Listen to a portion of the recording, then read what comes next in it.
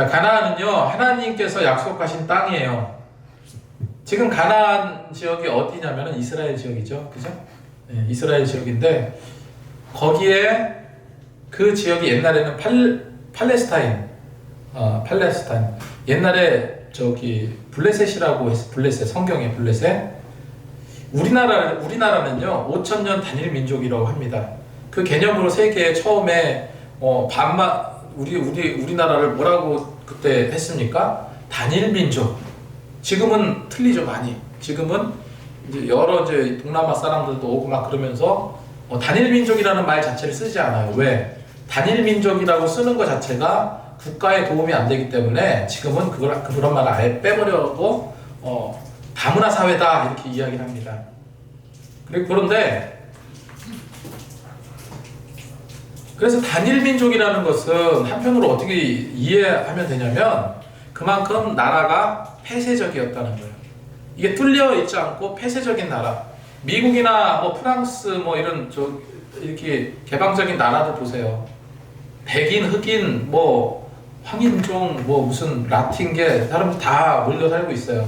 사실은 개방적인 나라에서도 그래요. 근데 우리나라는 그 정도로 개방적이진 않아요. 그러면 성경에 나오는 이 블레셋이 아니라 가나안이라는 이 지역이 어떤 곳이냐? 가나안에는요 10개의 족속들이 살았습니다. 각기 언어도 틀리고 그런 10개의 족속이 나오는데 그 중에서 여호수아 때에 3개 족속이 사라져 버렸어요. 어떻게 됐는지 모르겠지만 사라져 버렸어요. 그리고 이 가나안 지역에 몇 개 족속이 살고 있었냐면 7개 족속이 살고 있어요. 그 7개 족속이 성경에 나와 있습니다. 가나안 족속은요, 헷 족속, 히위 족속, 브리스 족속, 기르가스 족속, 아므리 족속, 여부스 족속, 이렇게 7족속이 가나안에 남게 되고 3족속은 어디론가 이동을 했어요. 그 다음에 출애굽하기 그 직전에 어떤 족속이 가나안으로 들어오냐면 바로 블레셋 족속들. 이 골리앗 알죠? 골리앗이 블레셋 족속이잖아요. 그 족속들이 꼽사리 껴서 들어오게 돼요. 그게 그래서 8개 부족이 가나안 지역에 자기 나라는 아니지만 위성 도시같이 이렇게 형성을 하면서 쪼개져서 살고 있었다는 거예요. 블레셋이 아까 말씀드렸던 것처럼 요즘에 팔레스타인입니다. 그러니까 팔레스타인은 그 골리앗의 후손이라고 볼 수 있겠죠. 거기를 하나님께서 점령하라 말씀하신 거예요. 그리고 거기 있는 모든 7족속들을 추방해라, 내보내라 이렇게 말씀하시고 그 명을 받아서 지금 여호수아하고 이스라엘 백성들이 어떻게 하는 거예요? 가나안으로 지금 진군해 나가는 겁니다. 그 중에서 가장 큰 견고한 벽 뭡니까? 여리고성이 떡 버티고 있어요.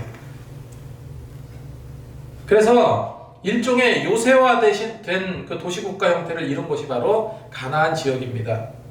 근데 우리가 이제 제가 전에도 말씀드렸지만 지금 거기서 가나안에서 이스라엘 백성들이 점령한 이후로 거기서 살았어요. 한 천몇 년 동안 살았잖아. 쭉 살았다가 그랬다가 어떻게 됩니까?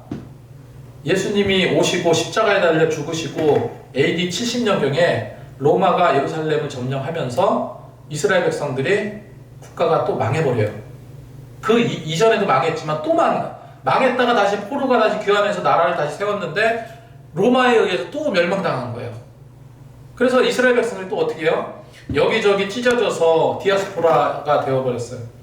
각 민족, 각 나라에 흩어져서 살게 됐고, 그러면 지금 가나안 지역은 누가 살게 됩니까? 팔레스타인들이, 그러니까 나중에 이후에 이제 이슬람권 세력들이 거기 살게 돼요. 그런데 성경에도 예언하고 있지만 이스라엘은 다시 독립하게 될 거라는 성경의 예언이 있잖아요. 그 예언 그대로 2000년 동안 없어졌던 나라가 기적적으로 생겨난 거예요. 언제? 1945년인가요? 48년인가? 그때 이스라엘이 거기 독립해서 거기에 끼어 들어간 겁니다. 시오니즘 운동을 통해서.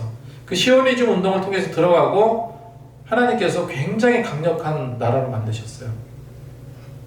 그래서 지금은 이스라엘은 지금 나쁜 놈들이죠. 이스라엘 어떻게 보면은 팔레스타인들도 나쁘지만 이스라엘은 더 잔인한 지금 전쟁하는 거 봐보세요. 근데 그런 명분 전쟁을 하고 있는데, 근데 이 팔레스타인 입장에서는 자기가 2000년 가까이 살았던 땅인데 이스라엘이 들어와서 다 쫓아내고 있잖아요, 지금.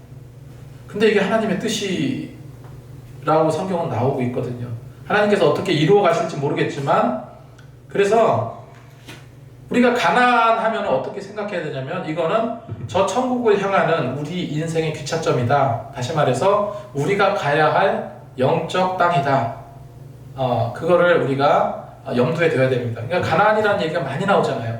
적각골이 흐르는 땅, 천국의 어떤 모형을 보여주고 있는 거예요. 그래서 찬송가에도 나 가나안 땅 귀한 성에 들어가려고 내 무거운 짐 벗어버렸네, 이런 찬양도 있고, 그죠? 예, 그래서 가나안은 그런 영적 의미가 있다는 거고, 오늘 바로 이 견고한 여리고성이 와르르 무너졌습니다.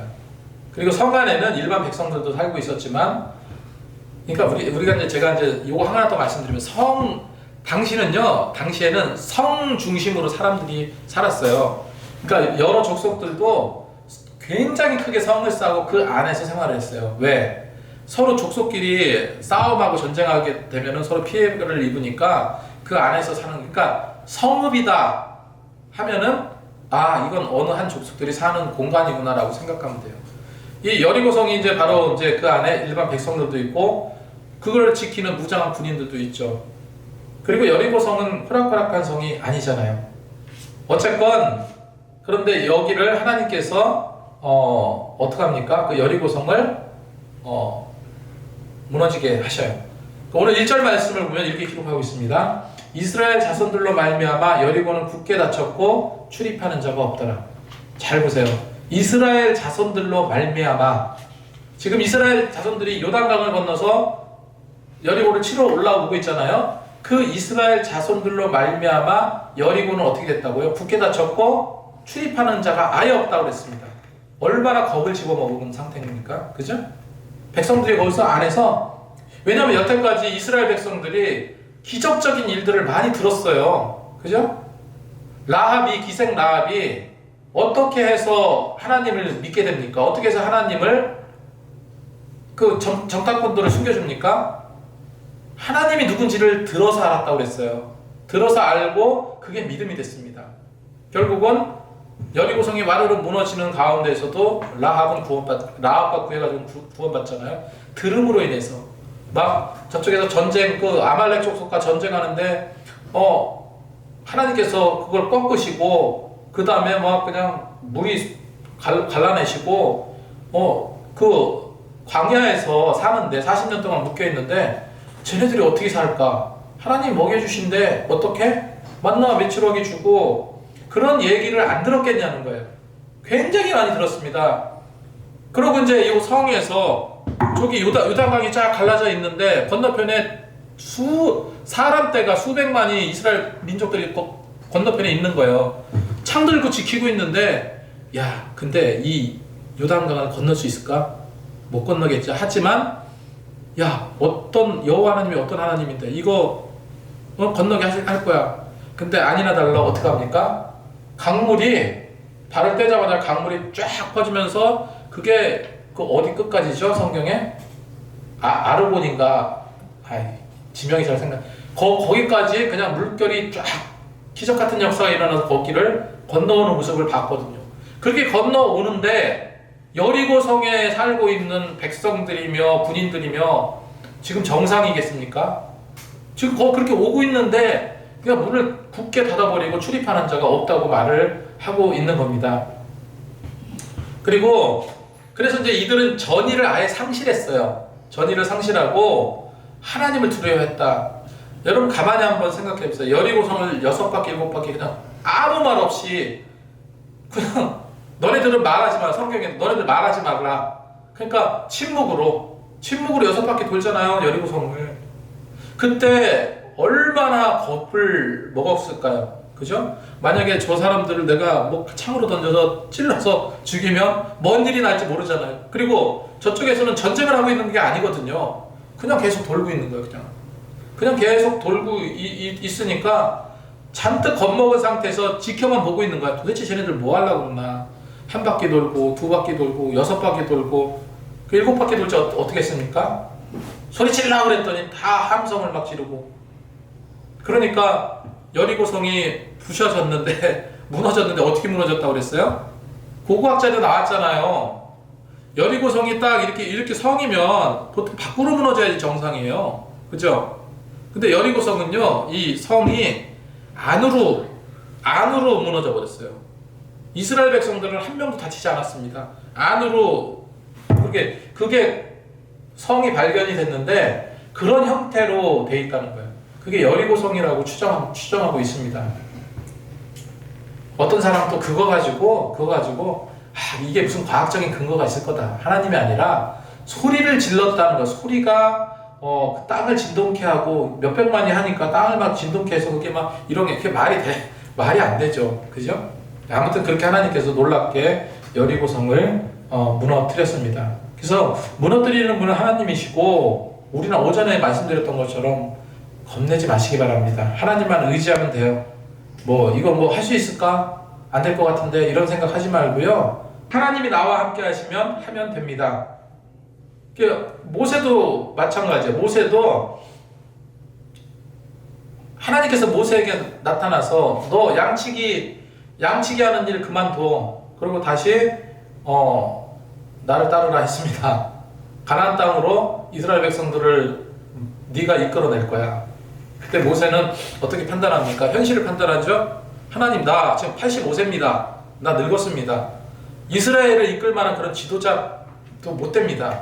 나는 내 입술이 둔해서 말발도 없고 저 사람들은 어떻게 내가 설득하겠습니까? 양치던 평범한 노인인데. 그때 하나님이 뭐라고 말씀하십니까?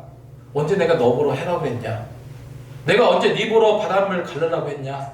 내가 언제 네 보러 이스라엘 백성들을 먹이라고 했냐?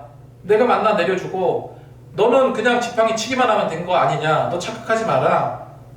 샘물이 바위에서 쏟아나게 한 거 네가 한 거 아니잖아. 하나님은 그렇게 말씀하세요. 내가 다 할 테니까 너는 그냥 내 말 듣고 따라라. 그러면은 하나님께서 어떤 원칙을 가지고 이 여리고성을 무너뜨리셨는가? 첫 번째로요, 하나님은요, 지도자 여호수아를 통해서 명령을 하셨습니다. 그러니까 하나님 말씀은, 하나님의 모든 말씀은요, 이 세운 리더를 통해서, 지도자를 통해서 하나님은 말씀하시고 그 사람을 통해서 일을 진행하게 하신다는 거예요. 셀 모임이 마찬가지입니다. 셀 모임이라는 것이 어떤 리더를 통해서 그 셀이 하나가 되는 거예요. 그런 구조예요. 자, 2절에서 5절까지 말씀을 보면 여호와께서 여호수아에게 이르되 하는 것은 명령하시되 이런 말이죠. 보라, 내가 여리고와 그 왕과 용사들을 내 손에 넘겨주었으니 너희 모든 군사는 그 성을 눌러 성 주위를 매일 한 번씩 돌되 엿새 동안 그리하라. 이거는 뭐예요? 모든 군사들이 할 일이에요. 성을 매일 한 번씩 돌되 엿새 동안 그리하라. 그리고 이건 군인들이 할 일이고, 제사장이 할 일은 뭡니까? 제사장 7은 양각 나팔을 잡고 언약궤 앞에서 나갈 것이요, 7째 날에는 그 성을 7번 돌며 제사장은 나팔을 불 것이며 제사장들이 양각 나팔을 길게 불어. 자, 제사장들은 양각 나팔을 7째 날 성을 7번 들고 양각 나팔을 불라. 그리고 백성들이 할 일이 있습니다. 이렇게 딱딱 구분해 주셨다는 거예요. 백성들은 그 나팔 소리가 너희에게 들릴 때 백성은 다 큰 소리로 외쳐 부를 것이라. 그러면 성벽이 무너져 내리리라. 이렇게 성경은 기록하고 있습니다. 다시 말해서 하나님은 여호수아를 통해서 명령을 하셨어요. 명령을 하달했는데 뭐냐면, 군사들은 너네들 이렇게 해, 제사장들은 이런 일을 이렇게 해, 또 일반 백성들은 이렇게 해. 다 일을 분담하신 거예요. 제가 오늘 같은 경우 얼마 사실 그렇게 많은 것 같지 않은데, 아이들이 오고 또 세신자가 오면 세신자하고도 조금 더 이제 좀 가까이 있고 그런데 애들한테 들어가서 이렇게 하다 보니까 다른 일을 볼 수가 없어요. 그러면 하다못해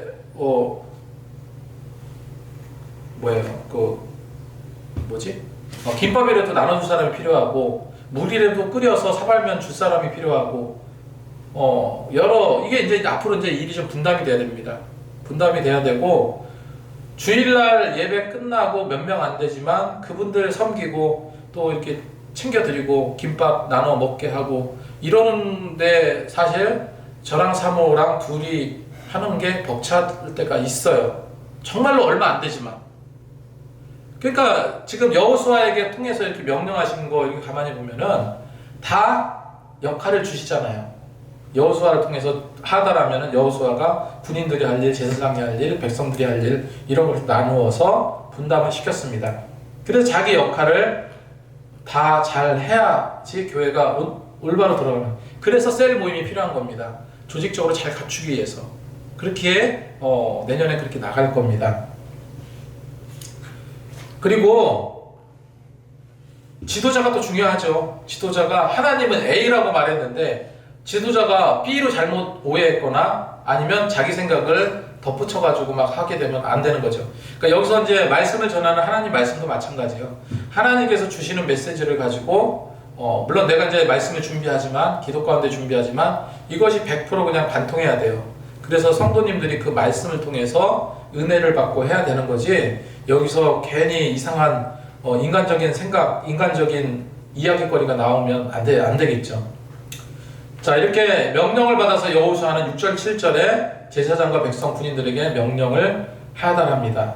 그리고 어떻게 합니까? 8절 9절에 보면 여호수아가 백성에게 이르기를 마침에 제사장 7은 양각 나팔 7을 잡고 여호와 앞에서 나가면 나팔을 불고 여호와의 언약궤는 그 뒤를 따르며 그 무장한 자들은 나팔 부는 제사장 앞에서 행진하며 후군은 궤의 뒤를 따르고 제사장은 나팔을 불며 행진하더라. 이게 조직적으로 착착착 움직이고 있잖아요. 그래서 하나님의 원칙은 오전에 말씀드렸던 거랑 똑같습니다. 절대 순종입니다. 하나님께.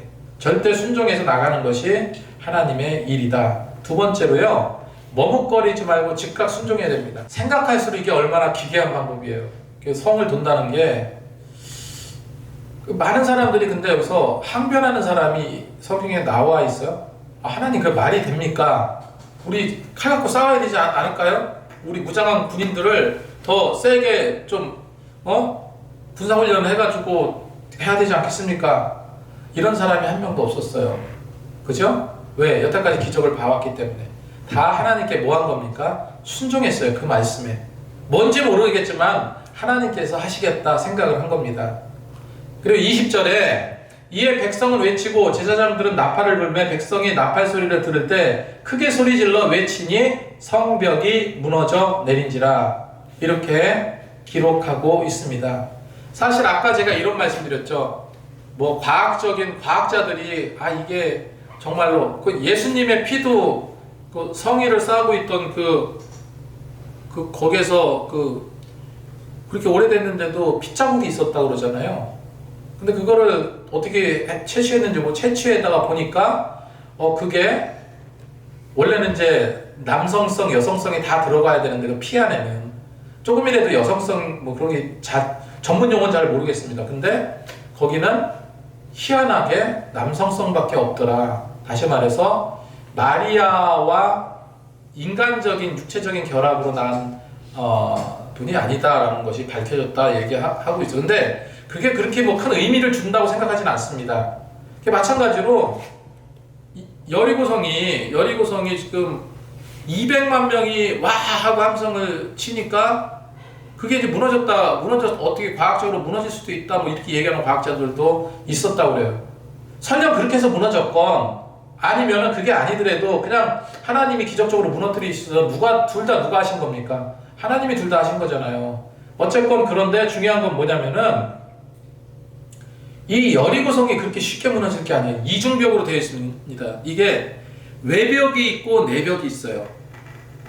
입체적인 거예요. 외벽이 있고 내벽이 있는데 그 외벽은 2m 정도 된다고 그래요. 그러니까 바깥에 있는 벽은요 한 2m, 저쪽에서 한 이 정도 될까요? 이 정도 될까요? 두께가 그렇게 돼요. 근데 내벽은요 5m입니다. 내벽은 두께가 5m예요. 그럼 저기까지 되겠죠. 도합해서 7m. 두께가 그렇다는 거예요. 두께가. 그럼 저기서부터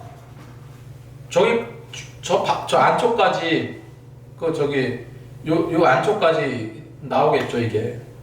그 정도 나오는데 그 정도 두께로 세워진 여리고성이 소리친다고 그게 무너지겠냐고요.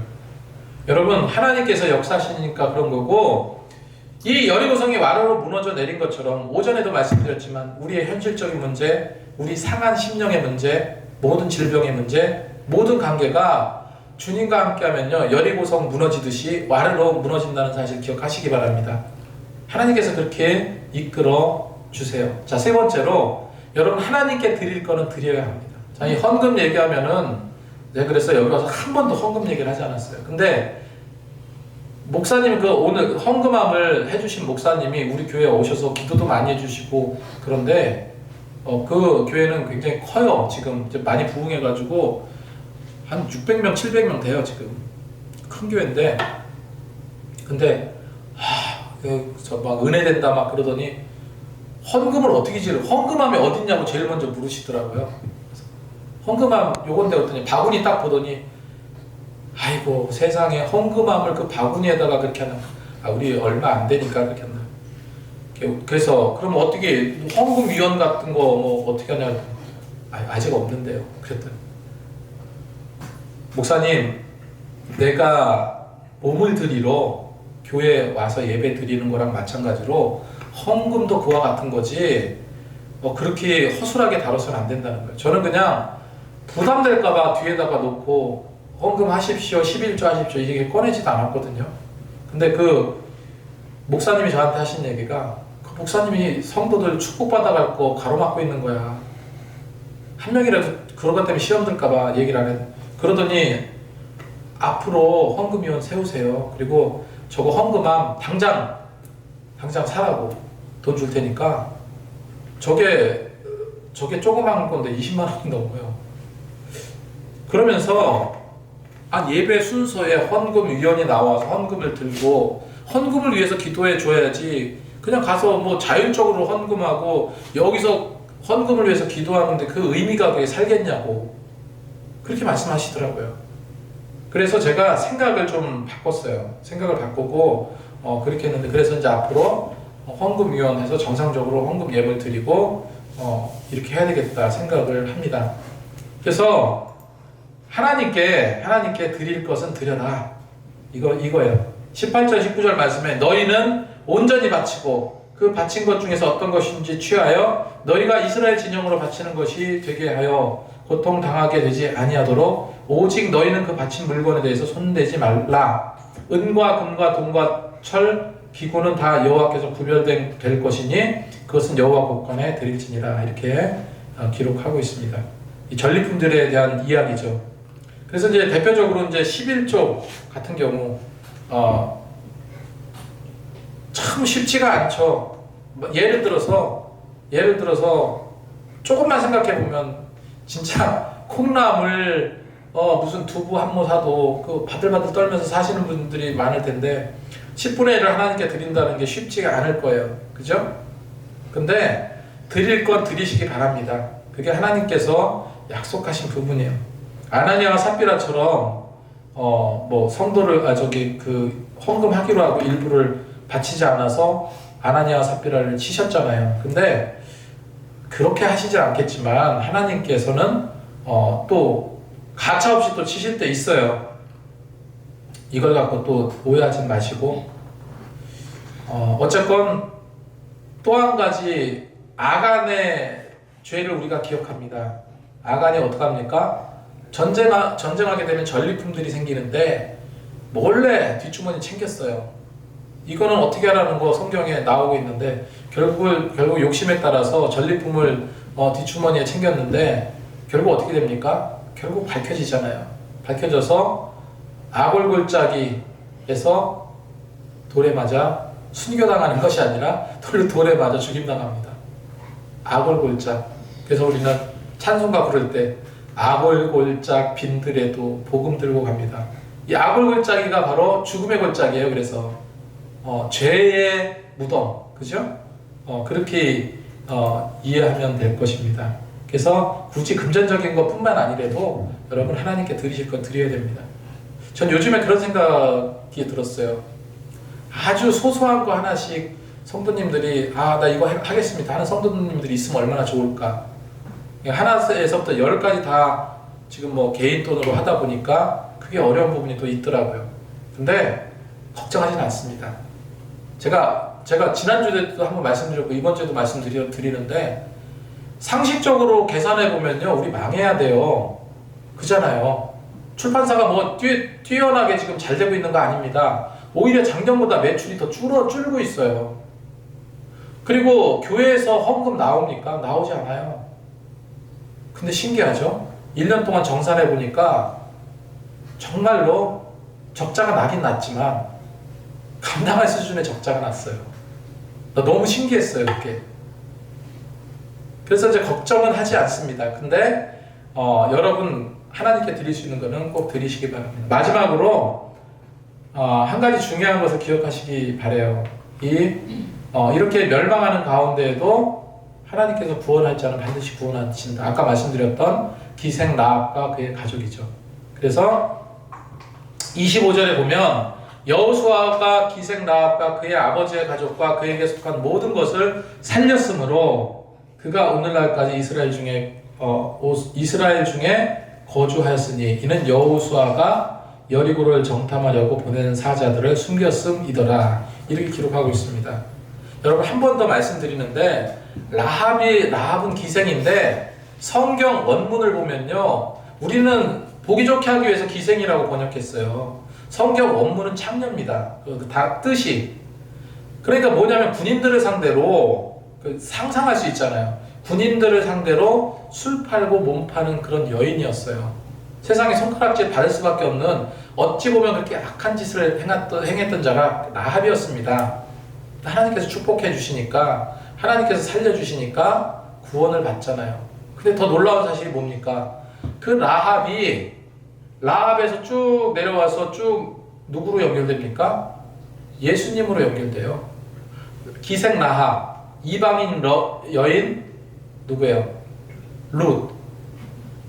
그 다음에 누구죠? 하여간 이렇게 딱 보면은 정말로 저 인간 같지 않은 인간이 혈연으로 맺어져 있어요. 물론 예수님은 혈연 관계는 전혀 의미가 없지만 그런 과정 속에서 이 라합이 외국인이면서도 이방 여인이면서도 그렇게 좋지 않은 그런 그 직업을 갖고 있는 여인임에도 불구하고 하나님께서 용서하니까 예수님의 어떤 족보를 형성하게 되는 축복도 허락해 주시잖아요. 우리가 이런 것을 기억하면서 우리가 하나님을 내가 더 기억하고 의지하고 나가면 하나님께서 그 모든 것을 채워주신다. 우리 앞으로 살아갈 때 이런 부분을 생각하시면서 믿음으로 노력하시기 바랍니다. 오늘 말씀 정리하겠습니다.